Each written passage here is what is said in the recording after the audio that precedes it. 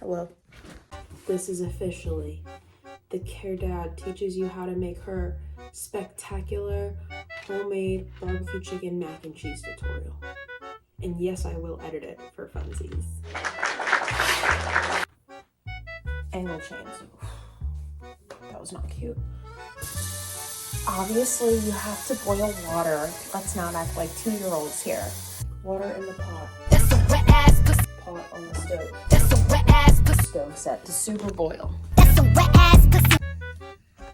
I use Kraft mac and cheese, but I add stuff to it so it's better. We don't have barbecue sauce, it's just gonna be grilled chicken mac and cheese. You will need butter, cheddar cheese, a box of Kraft mac and cheese, milk, and grilled chicken. 7-foot frame. And then you cut your chicken into strips. So I'm cutting the chicken into chunks because I changed my mind. I don't want strips, I want chunks. Chunk is such a disgusting word, by the way. What the fuck? Normally, this is where you would slather these in barbecue sauce. But because I don't have any barbecue sauce, and I'm kind of just winging it here because I've never had this without barbecue sauce. So I guess we'll see how it tastes. Cut the butter ahead of time because if it's smaller, it melts faster. Don't correct me if that's not true. It's an emotional game and it makes me feel better, so I do it. And now we wait for the water to boil. ASMR break.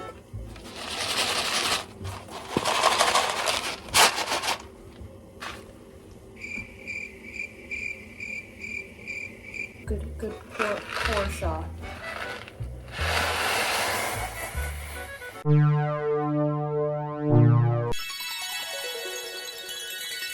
Alrighty.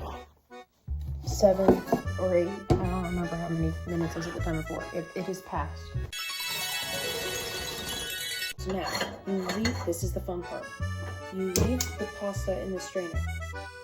You put the heat back on the stove. And you put in all your butter.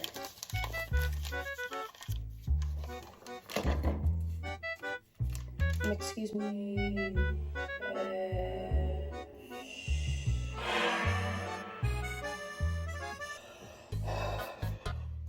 didn't even go in the pot. It just went in the stove. It's gonna melt and set on fire.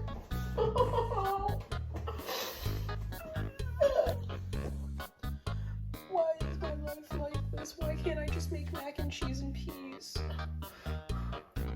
I hate it here. Whatever, if the house light's on fire, I guess I'll take the blame for it. It's all melted anyway. It's probably fine. You want to keep your heat on like a low setting. Mine is on 2. Goes up to 5, so it's on 2.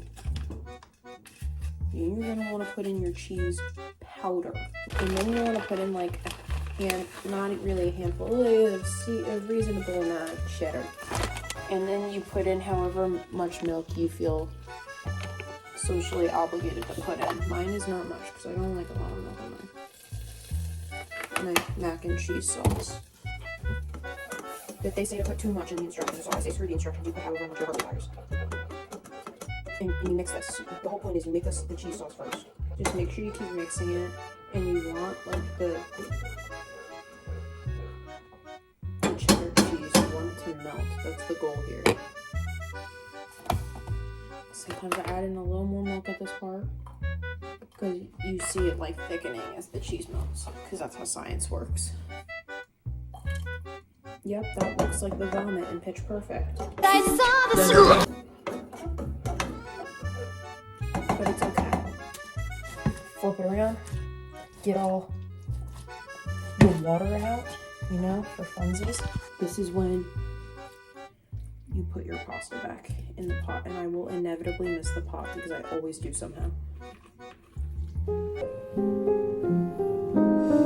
Yep, there it is. And this is where you could turn off the heat, because now you want the sauce to start getting settled. Have your chicken, and you put it in the mac and cheese. And this is normally where I would put in more barbecue sauce. but apparently we don't have barbecue sauce. So then you just mix it up and then you have it. And that's all there is to it. It's like the hokey pokey. Or you turn yourself around. That's what it's all about. Right, Annabelle? Yeah. So you put your right foot in, you take your right foot out, you put your right foot in, and you shake it all about. You do the hokey pokey and you turn yourself around. That's what it's all about, is the mac. That's what they were telling you with the hokey pokey when you were little. It was all a metaphor for the mac and cheese. Yeah, you keep laughing, I'm right.